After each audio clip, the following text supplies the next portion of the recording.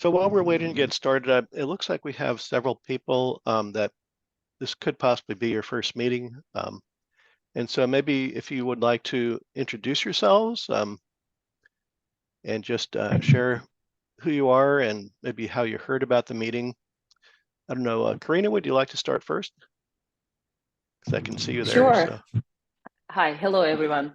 Actually, I was going to join in person, but the last minute changes, I didn't have anyone to leave my kids with. So my name is Karina Yenikeyeva. I moved to United States and to Houston just a few months ago because of my husband's job. I'm originally from Kyrgyzstan, or I was born in a country that doesn't exist anymore, USSR. And so I have very diverse background and different industries and functions, and I'm passionate about the climate, especially in the area of food and agriculture. And I heard about the climate citizens lobby, and I thought that would be a great way for me to start contributing in relations to, whatever I can do related to climate. Great. Yeah, that's my first meeting, and great to meet everyone. Thank you very much for joining. Let's see, Michael, I'm not sure if this is your first meeting, Michael Martin, if you'd like to introduce yourself. You're on mute right now. Not sure if you're able to speak or not. How about Stephen Ellis? Stephen, would you like to introduce yourself? Yes, so let me see if I can get my video just for introduction, and then I'll probably... Sorry about that. I was having difficulty unmuting. Okay. I'm on a... Yeah. Can you hear me? Yeah, I can hear you now, Michael. This is Michael. I'm sorry, I couldn't unmute. Yeah, go ahead. I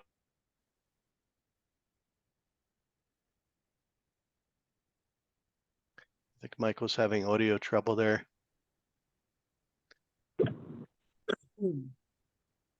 Okay, Stephen, why don't you go ahead until Michael can get back to us. Okay. Yes, good morning, everybody. So, name is Stephen Ellis. I actually work in corporate, offices for one of the bigger retailers. Through the pandemic, with everything else that was going on with, climate change, I actually went and got a second master's degree in sustainability leadership from Arizona State University. And now that that's over, I'm trying to figure out exactly what ways we can apply that education, everything else that goes along with it. Again, recognize the magnitude of what's in front of us. So I'm not quite sure where I heard of CCL. I've been reading a bunch of stuff, but sounds like this is a very interesting organization and a way to make an impact. So thought I'd jump in. Thank you so much for joining. Let's see, Michael, it looks like maybe you're back. Yeah. Do you want to try again? Some connection issues there. Sorry. So based in Houston, healthcare sales VP position for the last 15 years, been looking to transition into climate. Honestly, don't recall where I came across this group. I just saw it, and I've done advocacy for the healthcare space in the past, lobbying Congress. So I thought that'd be a great opportunity for me to kind of start my my transition. Excellent. Well, thank you for joining us. Let's see, Catherine. Catherine, would you like to introduce yourself? I'm not sure if this is your first meeting or not. Hi, everybody. This is my second meeting with the Houston chapter CCL. I did my first lobbying with CCL last year, and it was an amazing experience. I am predominantly a filmmaker, but I also do music and I do perform as well. And I'm just really excited to see the local chapter and what's going on in my neighborhood. Thank you so much for joining us. Let's see, how about Janet? Janet Stewart, would you like to introduce yourself? You're on mute right now.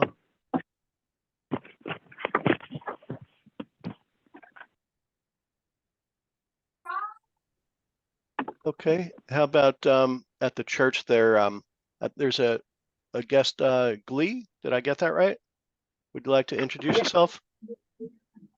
Hey guys, great to meet everybody. My name is Glee. Happy to be here in my first meeting. Well, thank you for joining. All right, we should probably go ahead and get started. I'm going to share my slide and we'll get started here. And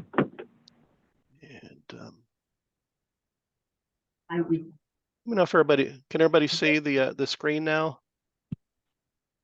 So this Yep. is our, Yep. great. This is our monthly meeting of the Houston chapter of Citizens Climate Lobby. We do meet every month. It's always the second Saturday of each month, starting at 10:30 a.m. And for today's agenda, we have some really good guest speakers here. And so after finishing the introduction here, we're going to start off with Bob Hendricks. Bob is one of our Citizens Climate Lobby volunteers, and he's actually helping us out as a Texas State coordinator at the entire state level. And then following Bob, we're also expecting to have Larry Howe join us. I don't see Larry on the call yet, but Larry is another volunteer, very, very active at the state level. And he's going to be talking to us about our CCL Texas State Action Team. And then following that, we go into our usual different kind of miscellaneous topics that I'll go through. And then we have our, what we call our status reports from our 5 levers. Our 5 levers, that's lobbying, media, chapter development, grassroots, and grass tops. And for the new folks that are relatively new, just kind of starting out and joining us, basically what we ask for you to do is like really just to let us know where your interest is, because we have different situations, different different things going on in the chapter where you could help out, and we always need volunteers. That's how we get things done. And depending on your interest, we'll be able to kind of figure out where you might want to fit in. And then following that, we'll get into our meeting wrap up. So before we really get into the meeting, we always have this page. We have lots of web links in our slide deck here. And we have a web link there. And we also have a QR code if you want to use your camera to take a picture of that. Once you get the web link or the QR code, you'll be able to access the other items that we have further down in the slide deck. So I'll just pause here for a minute while you either copy down the web link or get the QR code.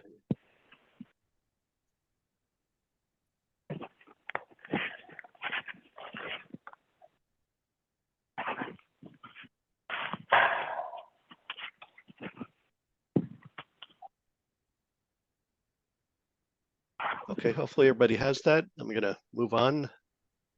All right, and so we're going to start off today with Bob Hendricks. And Bob has a really interesting presentation today based on the Yale program on climate change communication.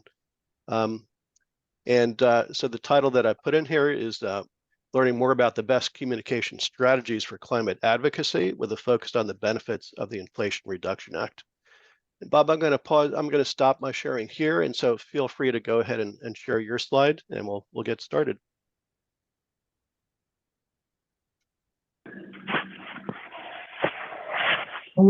Yeah.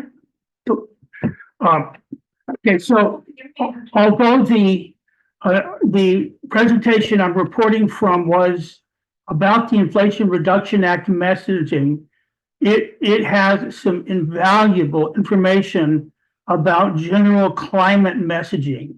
So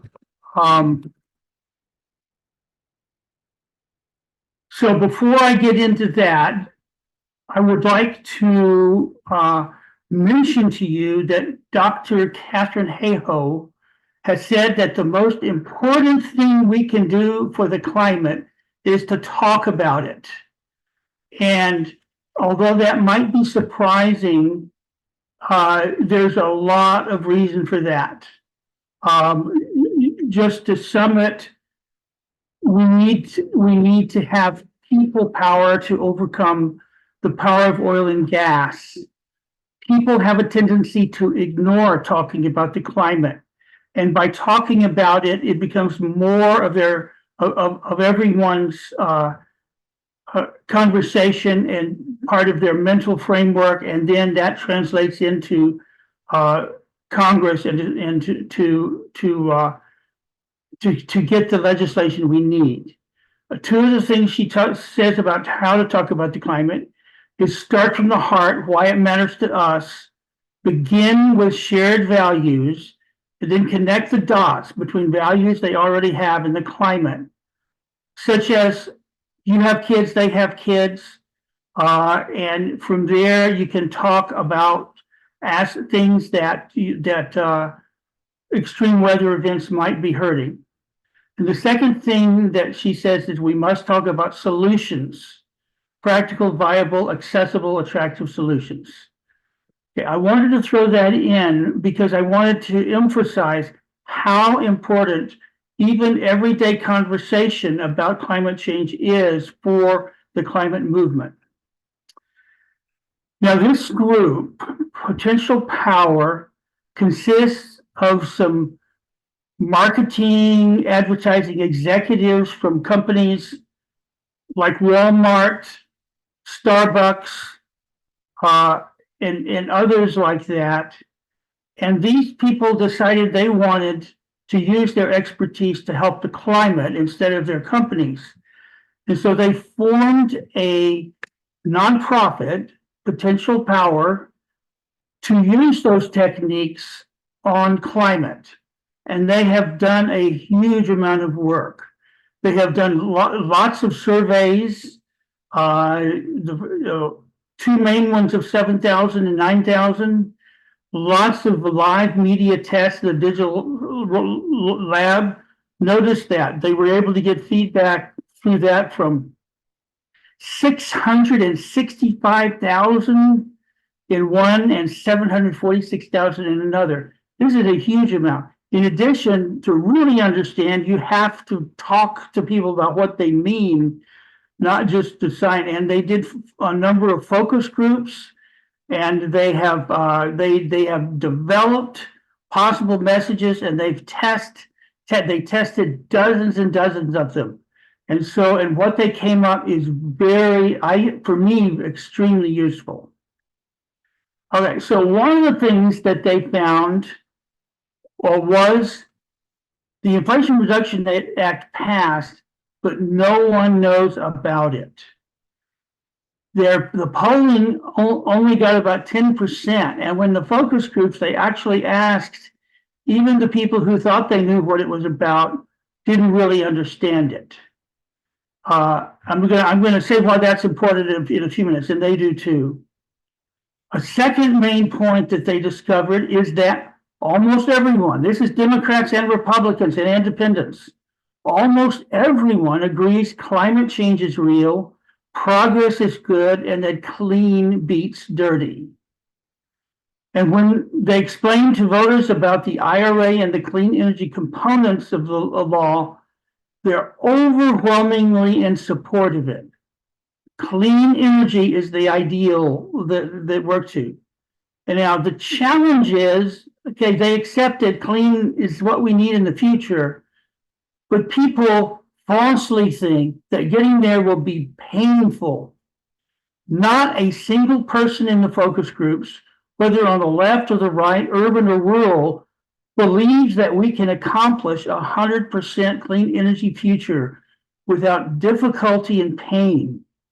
And the fact is, for example, moving to electric vehicles, initially they were very expensive. They're much cheaper now, and already, if you take the entire life of the car, they're cheaper than gas, and it's just going to get better. But people think they're always going to be $50,000, $60,000, and so that's something that we need to keep in mind. Now, they found out that there's a lot of, as you probably know, there are some networks that are still attacking climate change. And they use certain of the standard terminology that turns off people. For example, instead of emissions, greenhouse gas emissions, we should be talking about pollution, carbon pollution. Instead of talking about global warming is, things that are warm and fuzzy are good. We need to talk about overheating. Instead of the changing climate or climate change, in most cases, we need to talk about extreme weather events. Instead of sustainable energy, we just need to talk about cleaner, safer, healthier for everyone. Instead of talking about that it's cheap, which it is, that clashes with their current expectations, but they resonate to the concept of solar and wind are abundant abundant things get cheap. And so this clean energy will be abundant, and thus the price will not be going up and down, but it will stay relatively low. We don't want to talk about necessary bans, like no more oil and gas drilling. We want to talk about upgrading from dirty energy to clean energy. And again, people apparently do not like to hear what the government or groups say that they must do, but rather to just say, here's how we can get this done. So this is a lot of information, I understand, and I'm going to try to focus on some of the things that are especially important.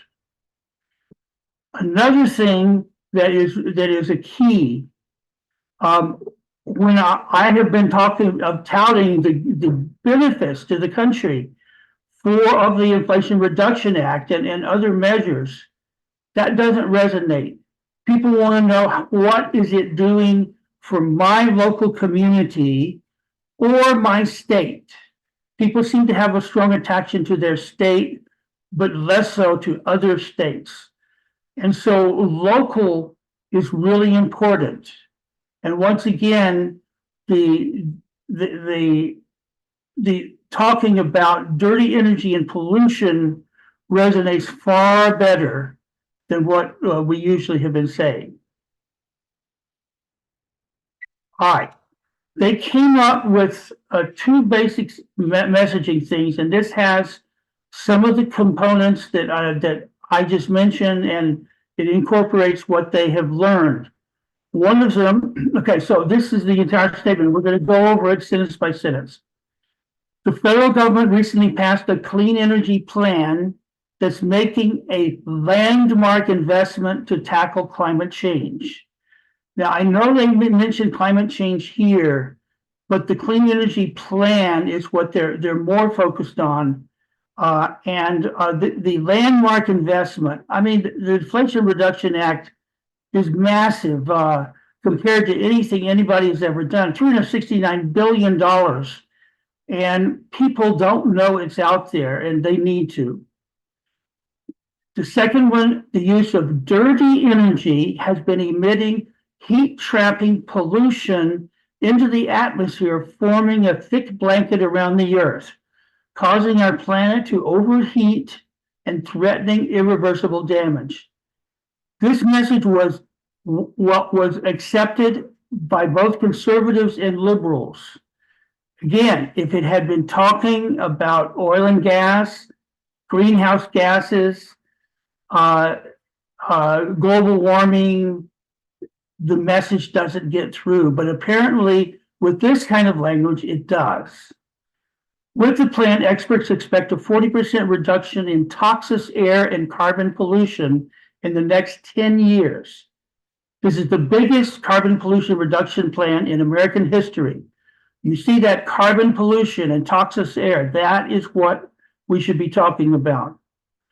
Large-scale infrastructure projects will help turn the tide, including over 950 million solar panels, 120,000 wind turbines, and 2,300 grid-scale battery plants to support the transition to clean energy.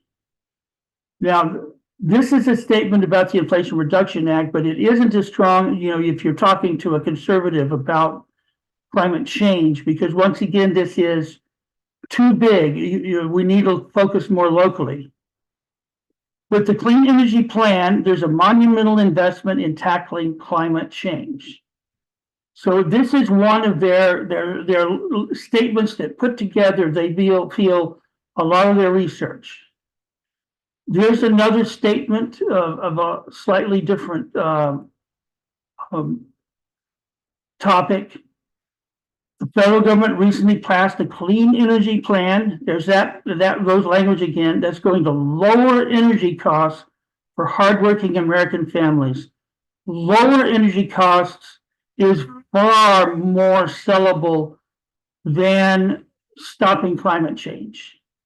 And that it's going to do it for all of the families and not just the elites is another thing that needs to be clarified. These days, everyone is struggling with high prices and high energy bills. That's because fossil fuels like coal and oil are limited in supply. And again, high prices and high energy bill, that is a concern, and that helps get you on the same wavelength as whoever you're talking about. This plan ramps up the amount of solar and wind energy we produce so that we'll never run out of energy. The sun and wind are unlimited, and with no limit to supply, the cost drops. People understand about the supply and cost issue, and that seems to be the best way to talk to them. Experts estimate it will lower energy bills by $1,800 per year for the average family. With the Clean Energy Plan, American families can access affordable energy exactly when they need it the most. So those are the two narratives that they developed, that they shared in this presentation. Okay. All right. Now here are four things to make sure about, and they're traps. One is the cheaper trap.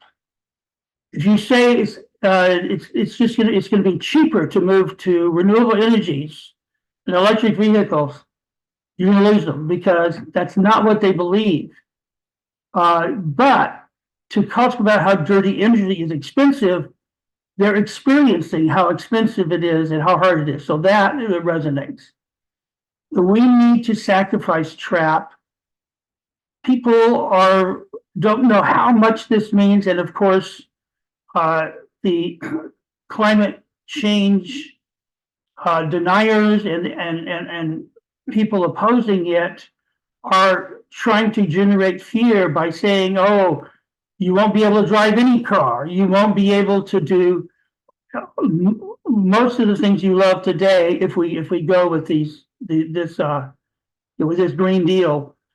But we don't have to ask for that because that's not a part of the transition. It's if we can transition from dirty to clean energy and make some other changes, then there's only slight changes to lifestyle that are essential. The government is outlawing. Very early on, they found that anything that started with the government immediately made people feel negative about anything that was said after that. But and the government outlawing things or requiring things is especially unacceptable or unaccepting.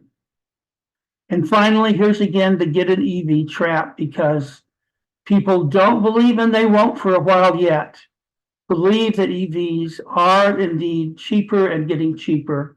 They're seen as elite. And there's plenty of other things to talk about without going to electric vehicles. All right. Some of the things that I'm going over are repetitious, but they're important issues. So some of the things to some do's and don'ts. Don't assume people know anything about climate, clean energy, or the Inflation Reduction Act. No one is thinking about this day to day. Now we are in this call, but the vast majority are not. And so you don't want to assume they don't in the way of saying, "Oh, I know you don't know anything about this," because obviously that would make people uncomfortable. What we need to do is we need to, as Catherine Hayhoe said, we need to connect the dots on climate, especially extreme weather events, and clean energy. And it's the pieces are there, and many people can say, "Oh yeah," but they'll need some help. And again, the sacrifice traps. We don't want to frame it as sacrifice. We want to frame it as a better quality of life, which it is. Don't try to convince people that it's cheap. They are resistant to that. It will make them not believe what you say. Again, talk about extreme weather and protecting the future for our kids. This is the universal reason people like to take action. And finally, they discovered that focusing on 2030 or 2035 or 2050 does not resonate. That's too far away. They need to see things that are happening now. And so showcasing specific, concrete, already happening projects that are locally relevant. It can be something national if it is locally relevant, but the most resonating are the ones that are local and then state. In Austin, Elon Musk is building a massive new battery plant, and he has already hired 2,800 new workers. That is local, and that is something that people can feel good about. And most of those jobs require only a high school degree. All right. Once again, clean energy, from dirty and expensive to clean and abundant. And it is important to let people know that there is a landmark climate and clean energy law that gives financial benefits to families and communities to accelerate our shift to cleaner, safer, and healthy energy. And once again, talking about carbon pollution that's overheating the planet, ending dependence on dirty, expensive energy, and providing direct benefits for me and my community. Those are three of the most important things to make sure you get in. Obviously, you talk to some people who are well versed on climate and sustainability issues. If you already know that, you don't have to do that. But this is what works with the vast majority of the population. Okay, now I think I have a little more time, so I'd like to share from another presentation. Lori Lodes worked for the Obama administration and several large nonprofits, and she is in communications, and she wanted to do research on what sells for the climate and for the Inflation Reduction Act. And here are four of the main things her research showed. Once again, her survey said, illustrate the progress being made right now, not something that will be good for us in 2030. And show the results on an ongoing basis. As we have successes, we need to tout them. Take advantage of the benefits. Highlight the clean energy advantages that people already believe in. Lower pollution, better health, and energy independence. Once again, not that it will stop climate change, but that it will help them in their community with lower pollution, better health, and energy independence. And say and show how this is affordable, not just for the wealthy. You notice that both of them, within their research, came up with some of these same concepts. Now, here is some of the positive aspects from the Clean Energy Plan that they noted, and so notice the environment, the United States as a whole, they see as positive in helping, and the availability of good-paying jobs for American workers. There are other issues there. I just wanted to share this. And also telling voters about the magnitude of action taking place right now creates hope. 45% of the people who heard this statement in just the last 4 months since the passage of this Clean Energy Plan, companies from across the country have already announced 90 new clean energy projects that will deliver over $90 billion into local economies and create nearly 100,000 new jobs. And when they hear about this, 45% of them feel more hopeful. That's a lot, because we have a lot of people who are struggling to continue to have hope around our climate.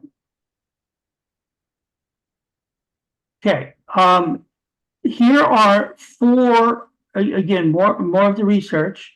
These are the most important job and economic benefits, and that is one of the things that is most important, that resonates best with people. Creates good paying jobs with benefits that you can raise a family with. And this is especially strong with white non-college women and younger people.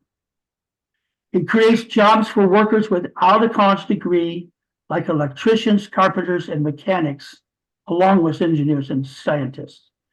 And this also resonated with younger people and with Hispanic voters. This creates jobs for people living in suburban and rural areas, not just big cities. And of course, the small town and rural voters and the independents seem to especially like that. And the last one she focuses on is it creates clean energy jobs that cannot be outsourced. And Democrats and older persons, age 65 and over, are especially resonate to that message. Okay. I know this is an awful lot I'm throwing at you. Here is another response to a question about lowering the costs. And the statement that they were testing was in the next 2 years, states and the Biden administration will be implementing the policies that we've been discussing. Some things you could see happen in Texas as part of this are listed below.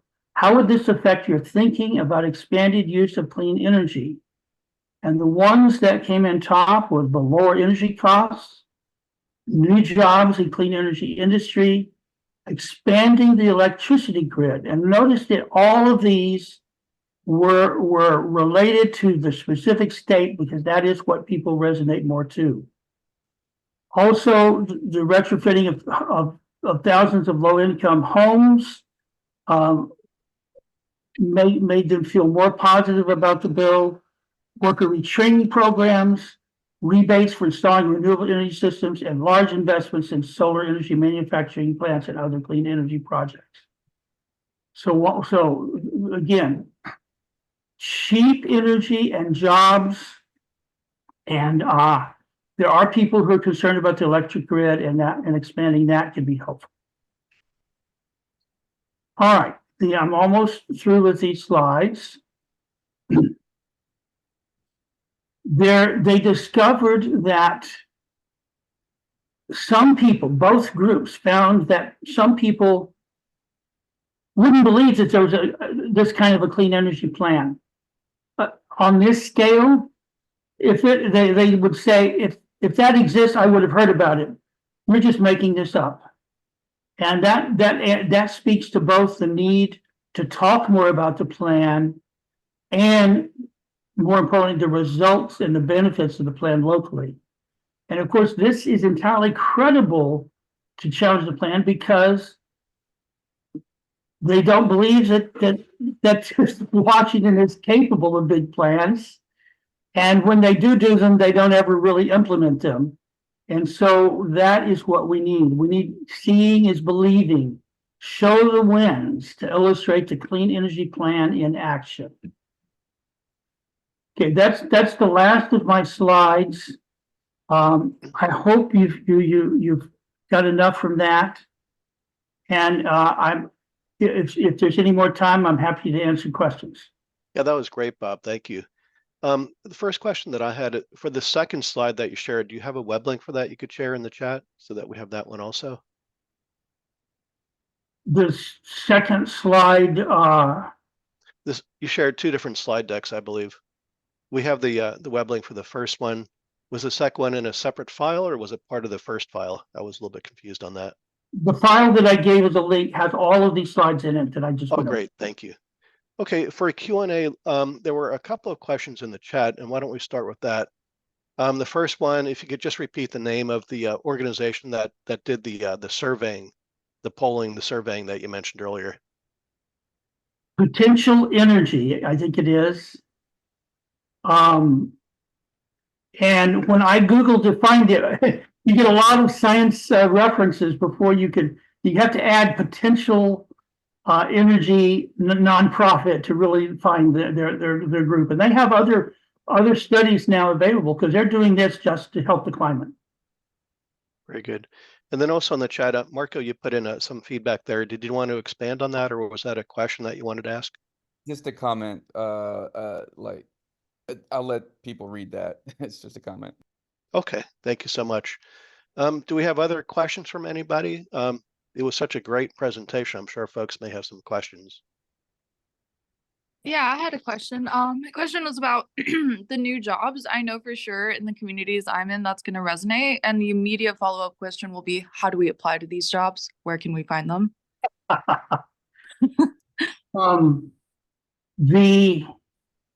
That's a very good question. If you follow various projects that are done, you can look on the government sites for, or we just announced such and such. For example, a couple of months back, they announced that Houston was receiving over $1 billion for, I believe it was a hydrogen hub. And so once you find that, it'll list the companies that are doing it, and then you can look for that. In addition, we are expecting within the next 6 months for the state of Texas to implement home rebates. That's where people can buy heat pumps, and there also are tax credits for solar and for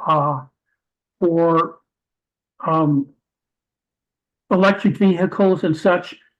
That one doesn't help, but the things around homes becoming more efficient, there will be a lot, there's going to be a lot of money for that.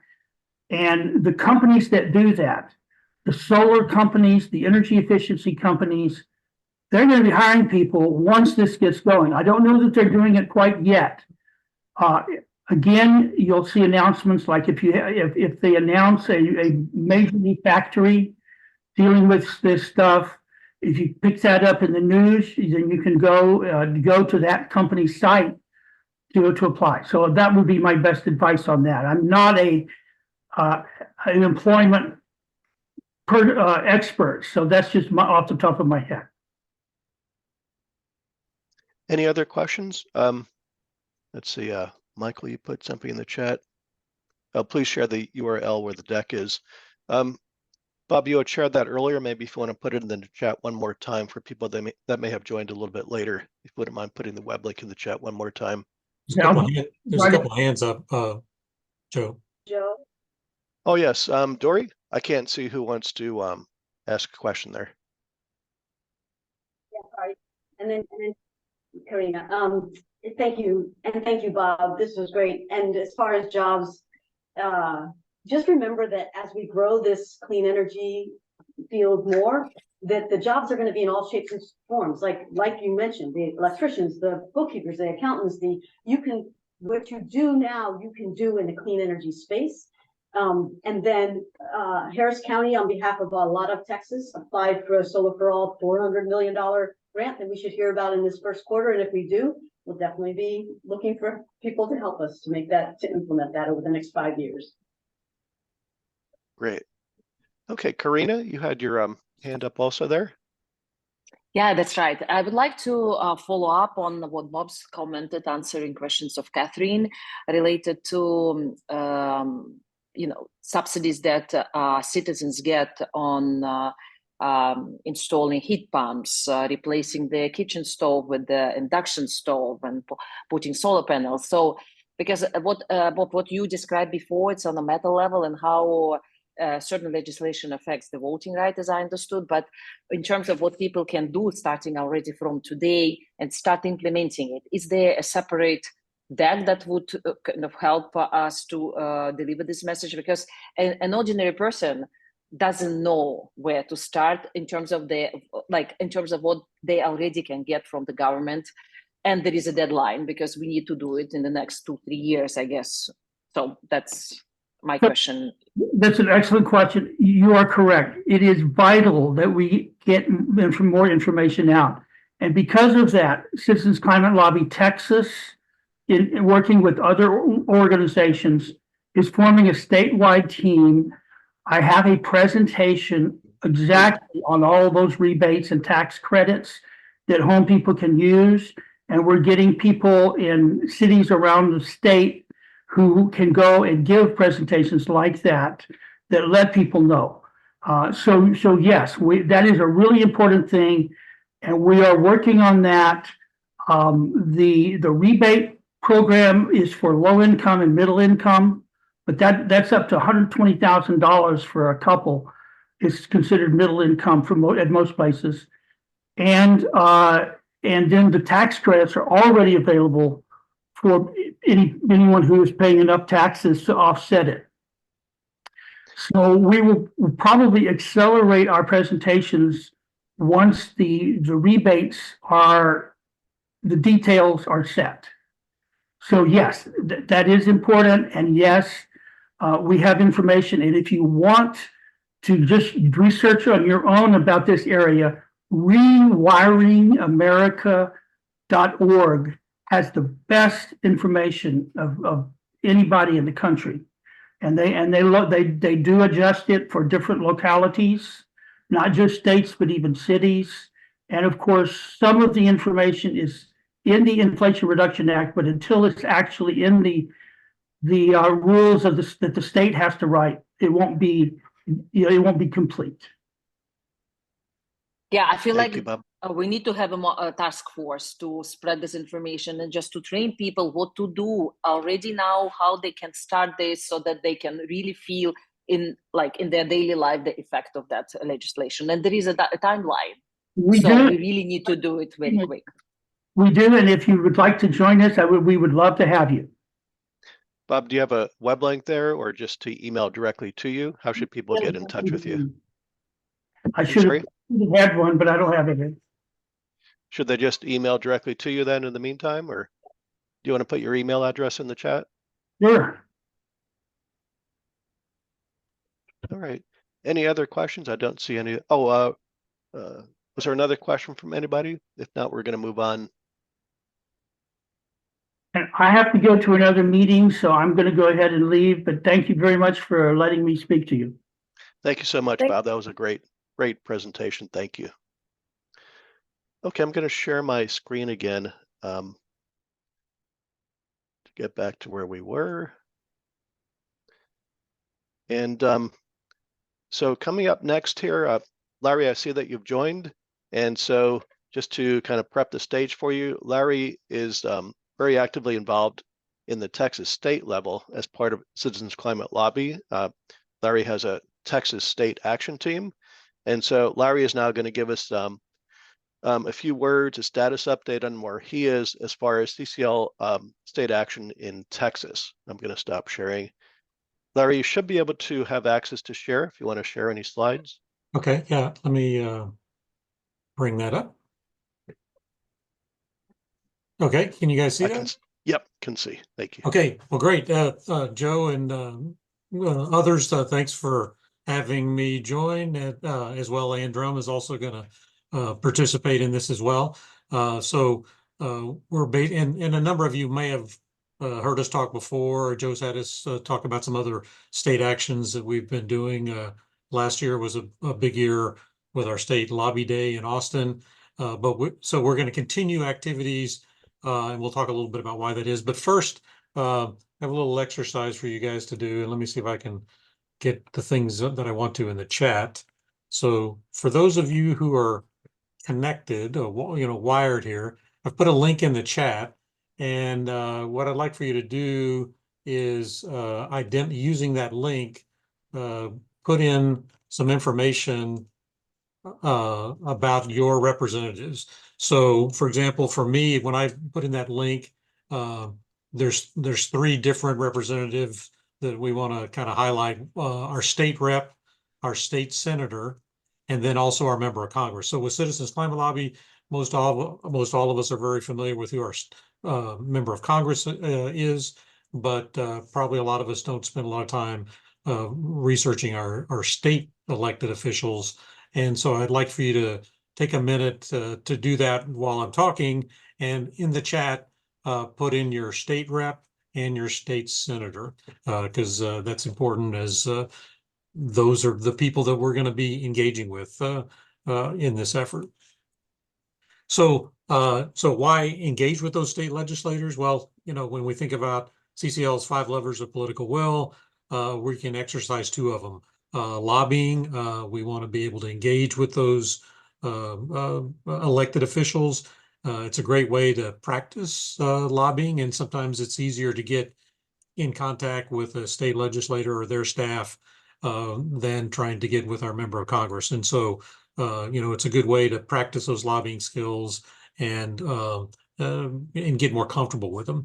The other thing is, when we think of grass tops engagements, I remember a couple of years after joining CCL and lobbying, having the opportunity to lobby my member of Congress, the feedback we'd sometimes get is, what do our state elected officials think? What are they advocating for? What's their position? So those state elected officials can actually be grass tops people to look at. So we really want to try to get our state elected officials more comfortable talking about this issue and helping engage on reducing greenhouse gas emissions here in Texas. Oops, let me do that again. Okay, so if you haven't gotten the link already, we'll share this shortly, and I think Joe has already shared it, but please, if you haven't already, join our state action team. That way you can get email alerts, and we also post things in the group forum where we can exchange ideas as we're going down the path. And what we're going to be focusing on this year is, and this is kind of an interim year between the regular legislative sessions for the state legislature, we want to try to focus on at least prioritizing initially those state legislators that are involved with the Texas Climate and Energy Caucus, and we'll talk a little bit more about that. When we do have the state action team, and I will put in the chat a little bit later the link to this presentation so you can click on these links. We have action alerts where we're trying to do things in the interim to easy actions you can do to engage with your state legislators. And then the bigger effort is really trying to look at doing engagements and having meetings either in person in district or Zoom meetings with our state legislators during this upcoming period. And the goals for these interim meetings is to try to look at initially the climate forward legislators, those that are involved with the state Climate and Energy Caucus, about what are they thinking about towards the next session, what do they want to prioritize, what obstacles do they see, and kind of start partnering with them to help build a good, strong advocacy agenda for the 2025 legislative session.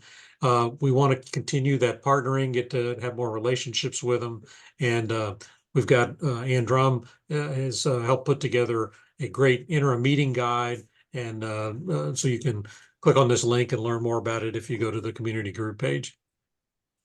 Again, the goals is for these lobby meetings to happen between now and probably May of 2024. I go longer as well. We've got this meeting guide, and right now we're trying to help identify, building off of the lobby teams that we had in March at the Capitol.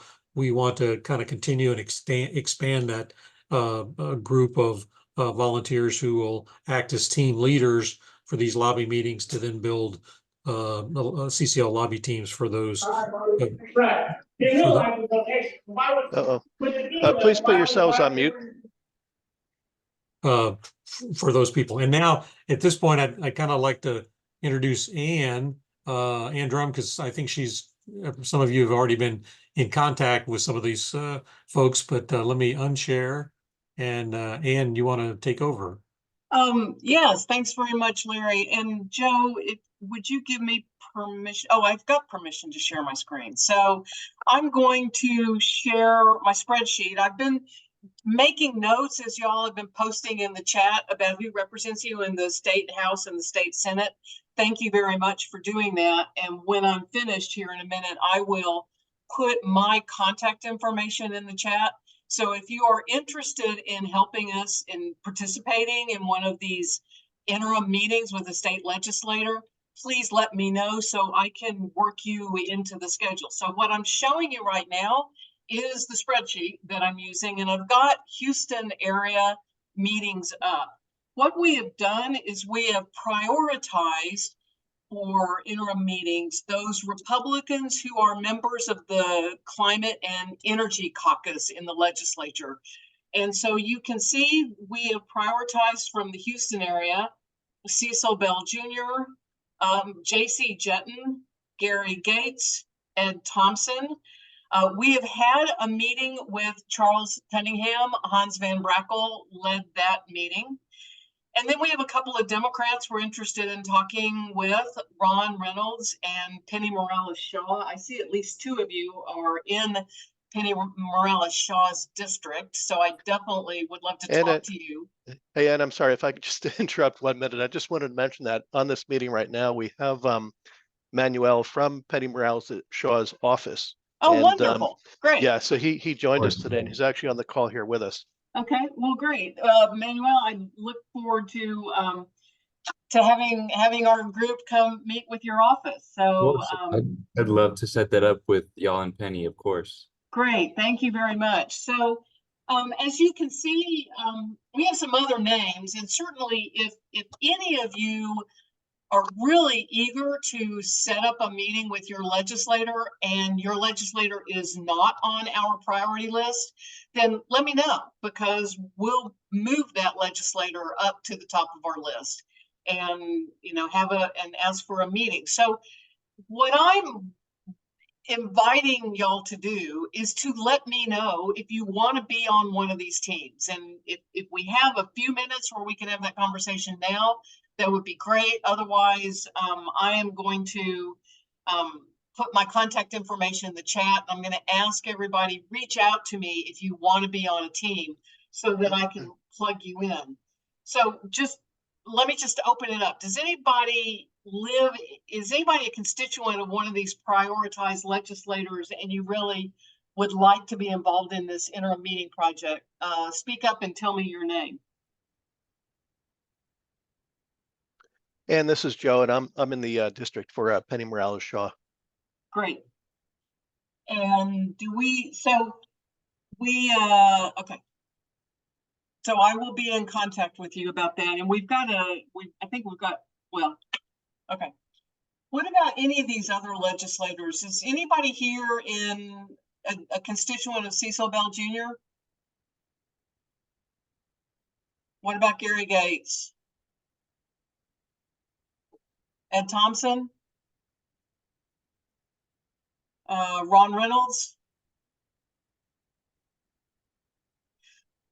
What about these others that we've got on the list, but we don't have them in the priority column? Will Metcalf, any constituents? Ernest Bales? What about Stan Kitzman? Okay, so as good CCLers know, it's easier to get a meeting if we have constituents requesting the meeting. But if we really want to meet with a legislator and we don't have constituents, we're going to populate that team with people from the area. So for some of these other legislators, say Cecil Bell Jr., even if we don't have any constituents participating in that meeting, if you would like to be in a meeting with a Houston area legislator, please let me know and I will plug you into a meeting. So I'm going to put my contact information in the chat. It is there right now. And as Larry mentioned, we have an interim meeting guide. We took the meeting guide that we wrote for Lobby Day in March of 2023. We updated it for these interim meetings. These are very much about listening to the legislators. We are not asking them right now to support specific legislation or to sponsor specific legislation. We want to go in and hear from them what they think is possible in the next session. get a sense of what their priorities are and how we might be able to support their priorities on energy and climate. And so we're going to be asking a lot of open-ended questions and asking them to talk a lot more than us going into deliver any kind of talking points. So especially if any of you are new to meeting with an elected official, this is a great opportunity for you to see what these kinds of meetings are like, because we're not going in to deliver a lot of information. We're going in to ask some questions and then listen and learn. So please let me know if you are interested. I'm going to continue to watch the chat for the information you are giving us about whose state, Senate, and House districts you live in. And if anybody has any questions, love to answer them. Otherwise, I think I'm done. Thank you so much, Ann. Are there any questions for Ann or for Larry before we move on? Okay, very good. I'm going to share my screen and we'll continue on.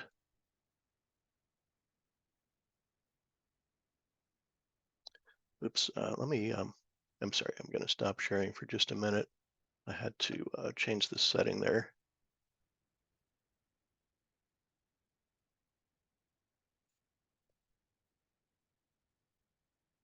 Okay, hopefully everybody can see again.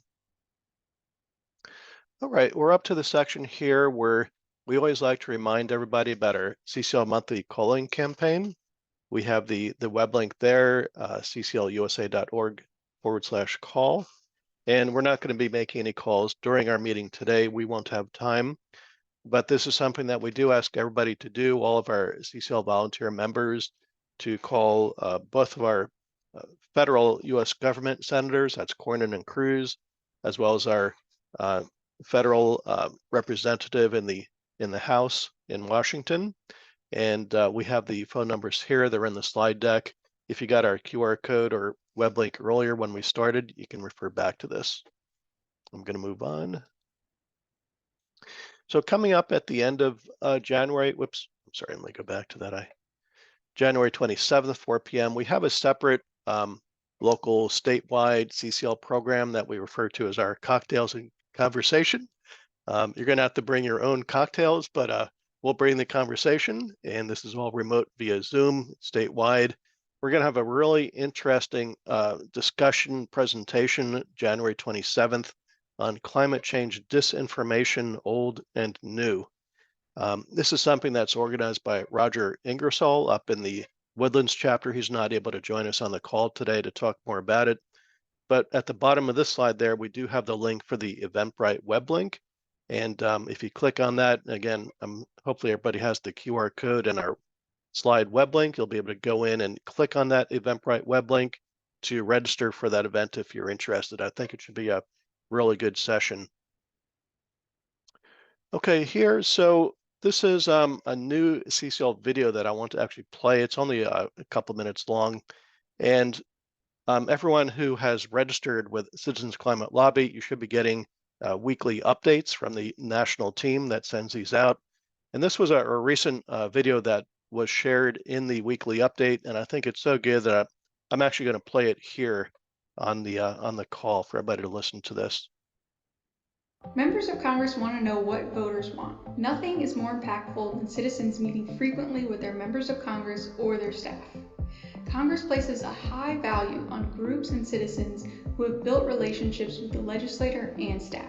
Some of our members of our chapter have known our members of Congress for decades, and I think that has helped really connect with our members of Congress. We see them and know them as human beings, as well as these legislators who can lead the way and lead the path of climate action. I did develop a very good relationship with the Energy and Environmental Aid to Representative Crenshaw, which, we became actually pretty good friends. So Citizens Climate Lobby volunteers, regular, everyday grassroots people, meet with their members of Congress often in order to build a strong relationship with open dialogue. What I love about CCL is that it really goes to how are laws made, how are policies created, and how do we get in front of them and talk to our legislators so that we can actually educate them about carbon fee and dividend and help them find a way to creating policy.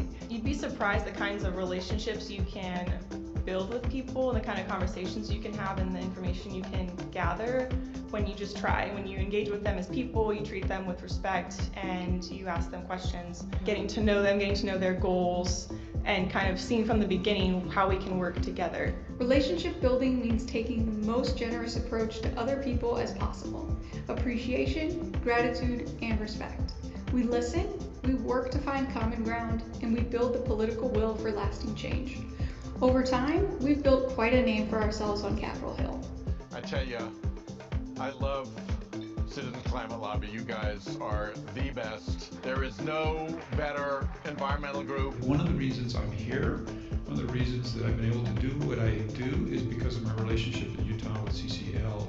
Now, this is not a problem that we can solve in Congress on our own, so I'm so thankful for the work of the Citizens Climate Lobby. We show Congress that the climate legislation we want passed is something their constituents want and educate them on how these bills will impact their state or district. Learn more and get involved at cclusa.org/join. All right, so I thought that was good. And so again, the topic of why I played that is to help people understand better, if you're not already involved in lobbying, about why relationship building and meeting with our elected reps is so important for our climate advocacy. We have to build those relationships. And so for anyone who's relatively new to Citizens Climate Lobby, who has not really been involved in lobbying, I'm putting in another plug here. This is a really critical thing that we have to do to achieve our objectives. And I really strongly recommend that people get involved in our lobbying team. Okay, moving on. Here's some information here. So typically for those people that like to meet in person, we have been meeting at the church where Dory is right now, the Universal CC Church, Emerson. And as of right now, at least, we're planning to look for a new venue for in-person meeting, possibly for our March monthly meeting. We don't have any definite plans yet, but we'll announce that in our newsletter. And still to be determined what that location is, and we may possibly change the date and time, but we'll provide more information later. So this is just a heads up that might be coming. And another really critical thing that we always have to talk about, although I don't always enjoy talking about it, but we do have some expenses that we incur. And so we're always looking for volunteer donations to help us out. And so I just want to recognize those folks that did donate to us in 2023, and that's Dory, Marty Mitchell from the Galveston chapter, Mark Haranon, and myself. If you can donate even a small amount of money, we have a web link there where that can be done electronically online. And for those that work for employers that match your donations, matching the donation is another way to just really easily double the donation that you're giving. So if you could, we always appreciate that. And then also related to fundraising, I've been looking for a while now to see if there might be a volunteer that would like to help volunteer as a fundraising coordinator to work with either a GoFundMe or direct emailing or other options, just to raise a little bit of money to help us keep going with the expenses that we do incur. All right, and now we're up to our 5 levers status reports. Let me just check the time real quickly. Okay, we're good. And so for the lobby team, Ginny, I know that you're here. Is there anything that you want to add or talk about in terms of lobbying?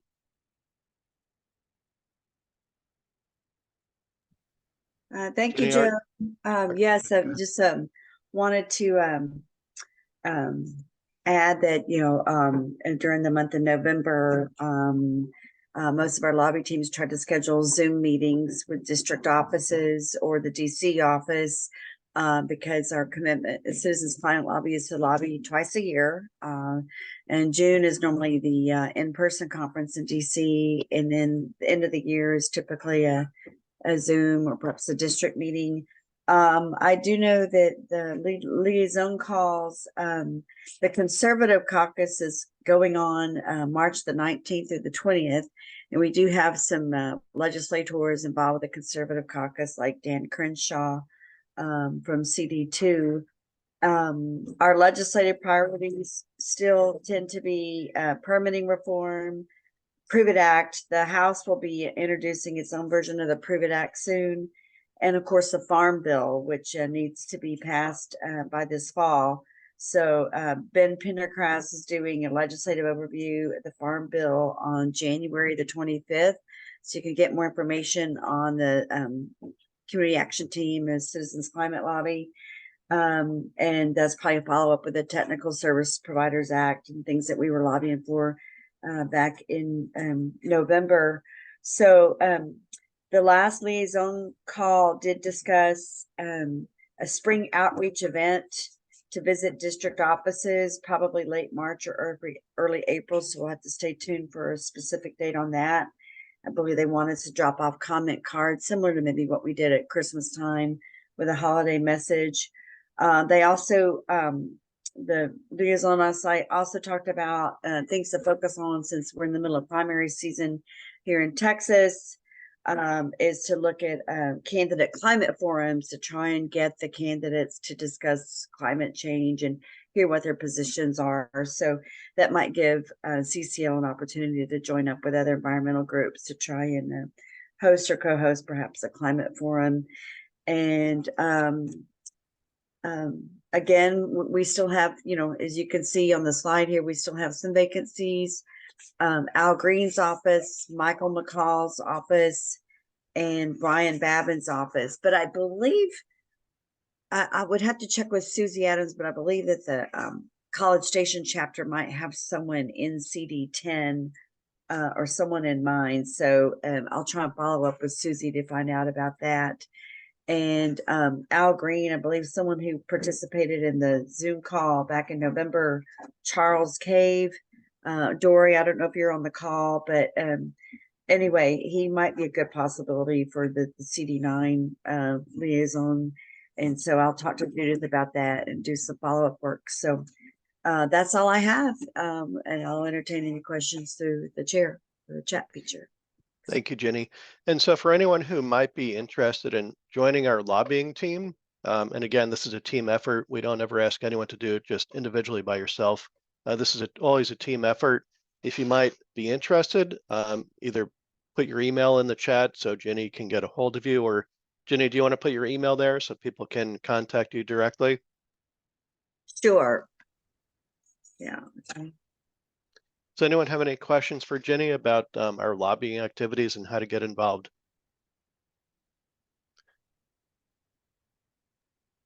Yeah, I've got a question, Jenny. So for somebody like myself, that's been in CCL for a couple of months, I have done, a couple of months back there was like an online campaign. I want to make sure I'm not missing any kind of campaigns that we're doing to make sure, and like USAA, AARP did one that I participated in literally 3 weeks ago. I want to make sure that I'm not missing any kind of campaigns where I should be making sure to, either email message or online via a polling site. Well, I think as long as you're checking the monthly newsletter and or the CCL community website at the national level, that should of course, keep you from missing anything important.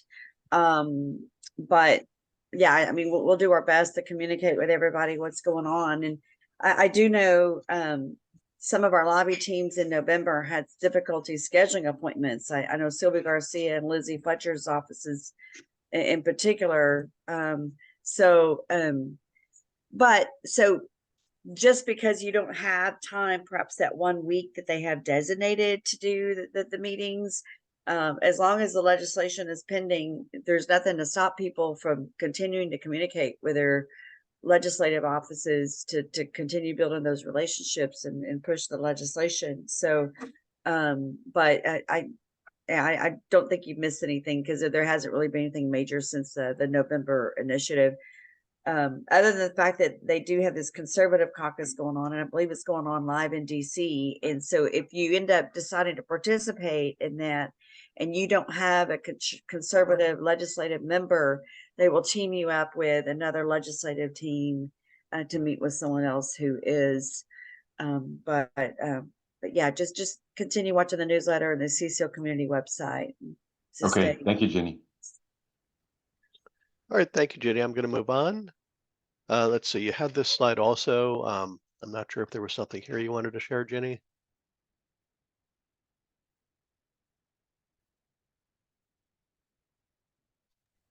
Well, I was going to ask John, were you on the liaison call?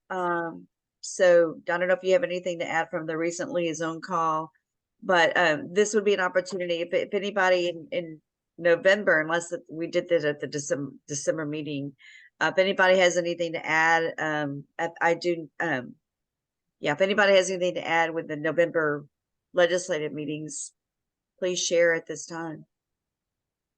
No, I wish I had more to talk about. We had a meeting, quote, scheduled, unquote, right on up until we didn't. And so we kept thinking we were going to get the meeting and they were going to call us right back. And then we blew past. We were in the week after that. So Lizzie Fletcher, we just failed on that. And I was too confident that we would get the meeting because I'd never had any trouble in the past. That always just said, "Oh, sure, we'll get back to you," and so on, and the chief of staff was going to call us, and it just didn't happen this time. So hopefully I'll be a little smarter next time. All right. Anything else on this slide, Jenny? No, I don't think so. Thank you. Okay, I'm going to move on. All right. For Grass Tops, I don't think Court is on the call today. Court, are you out there? I don't think I saw Court join. So I'll just speak a few words about this section of what we do. And again, we call these levers, but I refer to these also as teams. So this is our Grass Tops team. And so in this particular activity, we like to reach out to leaders, faith leaders, business leaders in our community, anyone who has some kind of a relevant leadership position. We like to reach out to them and share our thoughts on what we're doing, to make the world a better place as far as our climate advocacy, and to see if those types of local leaders are able to join us as well. And so Court has a lot of activities here that are in progress. If anyone thinks they might be interested in what we do here as far as this Grass Tops team, Court's email there is at the top, and you can reach out directly to Court and she'll get back to you. Then we have our grassroots team, which Mark is our leader. Mark, you want to share your current status on grassroots? And yes, thank you. Welcome to the new people. Grassroots, basically, we have two areas where we're trying to reach out to the community and just individuals in the community. So one is presentations, and then the second one is tabling events. So just shout out to Judith, commend her for showing up at the Sunnyside Solar Summit last month. And she was given a few minutes, I believe, to talk to people that were there, get up and talk to the people in the audience. And then she also walked around and conversed with individuals, which is kind of what we do with tabling. We talk one-on-one with people at an event, try to get them interested in doing something about the climate. So, and the other report I have is I am reaching out to a Catholic program coordinator for Texas, and she expressed an interest in helping us with permitting reform efforts with our state legislators. So I'm going to mail some information to her about permitting reform, and then hopefully talk with the person from her organization that is over the Houston area. I believe it's parishes, Catholic parishes. So hopefully educational opportunities will come out of that. I talked to her a little bit about reaching out to the Hispanic community, and we talked about possible avenues, approaches for that. And that's kind of where the permitting reform came up as maybe a fruitful area to talk with Hispanic individuals. And that's my report for today. Thank you, Mark. Does anyone have any questions for Mark, or does anyone feel like you might be interested in working with Mark in the grassroots team? Okay, Mark's Actually, email is there. I've got a question, Mark, and this is something I'm going to be talking with Joe about at the back end of the meeting. Has your grassroots crew ever done anything kind of to business focused on employee groups rather than, executive leadership? No, I haven't. I think the Grass Tops may have done something with companies or businesses, but I'm not sure about it. Okay, and I'll just give everybody an example. That's So interesting, though, to get in front of the employees. yes, and I'll just use myself as an example. I work for Microsoft. Microsoft is deeply committed to sustainability, and we are doing things, the business of Microsoft is doing things that are very green, and we've got effectively an employee sustainability community that is global. And I did a set, and we have monthly team video calls, and I was able to get 10 minutes on the agenda for a meeting back in November, and basically kind of promoted CCL to live 100 people on the line, and then there's an online community that I did a post on that literally 400 plus people saw within the next week. So I'm about to be talking with Joe about trying to do something business, to peer groups in the greater Houston area. Hey, Michael. Yeah, I really appreciate that. We're going to run out of time here, so I do have to keep moving forward, and then I'm happy to spend more time with you after the meeting, if that's okay. You bet. Okay, thank you. Okay, I'm going to move on. And now we're up to the media team, which is something that I help lead as well.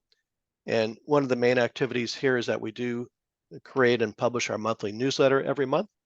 And I'm going to open it up here just for a minute because there's something else I wanted to show here in our most recent newsletter. Scroll down a bit. One of the things that we really like to do as part of the media team is to have our volunteers write letters to the editor of your local newspaper. And so for folks in Houston, typically that's the Houston Chronicle. And here's an example where one of our CCL volunteers named Nan Hildreth had written a really excellent letter to the editor back in December that was published. And it's not very long. It doesn't really take a lot of time to create one and get it sent in. And it's really quite effective in sharing our opinions on what we can do for climate advocacy, and it reaches a very large audience. And so that's a critical thing that we like to do as part of the media team. Let me, sorry, get back to where I was. So if anyone might be interested in doing something with media, you can contact me directly. My email is there. And then getting back to Bob's presentation from earlier at the start of the meeting, he presented some excellent points on how we should communicate and what we should communicate. And then the mechanism for actually allowing us to communicate is actually through media. It's through writing letters to the editor or other things that we can do. And also, as well as just talking to other people that, your friends, colleagues, relatives, just to spread the message and share the thoughts on what we can do for climate advocacy. Does anyone have any questions regarding media that I might be able to help answer? Oop, I jumped ahead too quickly there. Hopefully everybody has received the most recent newsletter that we sent out on January 8th. That was the prior Monday. And we do send that out monthly. Okay, I'm going to move on to chapter development for Dory. Thank you, Joe. And thank you all for being advocates for the climate by being citizen lobbyists. I am part of the team that helps grow our chapter. We welcome new members, we give them a call and send them an email and answer any questions they might have. And so I could use one or two more people on my chapter as well, my group, my team. And then I also wanted to know, I loved this meeting. I loved how we have now the words to advocate and we have the call and opportunities both at the state and federal level. And I'm part of nonprofit Solar United Neighbors, so I'm just putting an alternate plug in here. You want more lobbying training? Because we need to lobby for our solar rights as well, which are being threatened throughout the country. And so there's a lobbying opportunity through Solar United Neighbors. If you want more training and want more opportunity to speak on not just climate or not mention climate, but solar as one of those clean energy paths. So I put that in this slideshow too. I took liberties, Joe, if that's okay. Sure. Did you want me to go to the next slide? Dory, did you have something on the next slide? I may have misunderstood. Nope, that's it. I got it all in one slide. Oh, okay, great. Does anyone have any questions for Dory and how you might be able to help out with chapter development?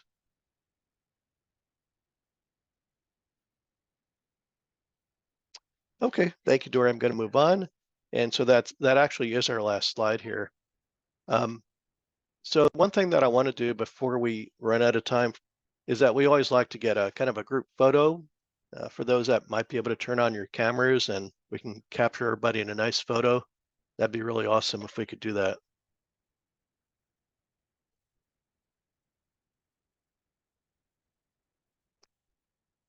We have a couple more. Anyone else want to turn on your camera so we can get a nice photo?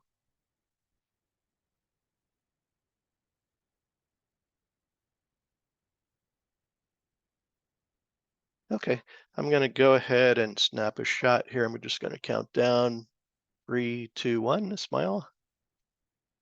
Okay, let me see how that came out. Just make sure we got a good one. Okay, that's really good. One more thing I want to do, I noticed a few more chats in the chat message here, and there was something here I didn't quite understand. Let's see, it was from someone who didn't give a name but had the iPhone here. It says, I would like to participate. Ben Mack of 50 Fathers Movement Mentors in Houston. I didn't quite understand that comment. If you want to maybe elaborate on that somewhere. The person that put that in the chat, if you're still on the call.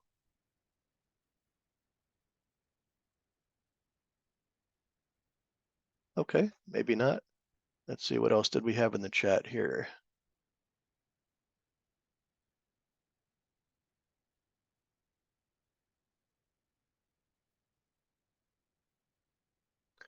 All right. Does anyone have any general feedback about the meeting? Any additional last minute questions or other things that you might like to see in future meetings that we have? Hey, Joe, I just echo what Michael was saying earlier about the employee reaching out, as a grassroots. It's been a while, but we used to do sometimes certain companies would have like lunch and learns. And so that was an opportunity to go, talk about a topic or something like that. So that's another thing I'll just throw out there as well. And I think it was Ben Mack who I don't know if he maybe couldn't get his mute off, but he's got his email address there, so I think he's interested in trying to get more connections with CCL is how I interpreted that. Okay, and then Dory, if you're still on the call, there's a request to have you put it in there already. Dory's email is there, great. Any other questions or feedback? We've reached the end of our time. We can take another question or feedback if anyone has anything. Yep. Sorry about that. I actually did want to thank you for that. I was in a seminar and I know it's loud, but thank you for putting that information in there for me.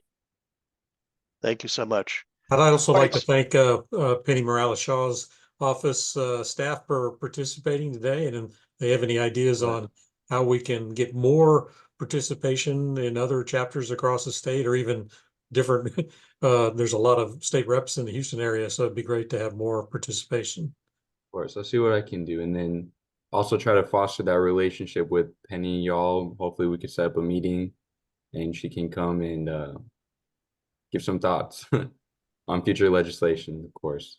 That'd be great. Yeah, I know she's very active with the Climate and Energy Caucus at the state level. So, and ideas about how to move some people on the other side of the aisle to get more engaged on this issue. Absolutely, absolutely. Thank you, Manuel. Well, that's really it. We'll just wrap up the meeting here. I want to thank everybody so much for joining and have a great rest of the weekend, everybody. Have a good one.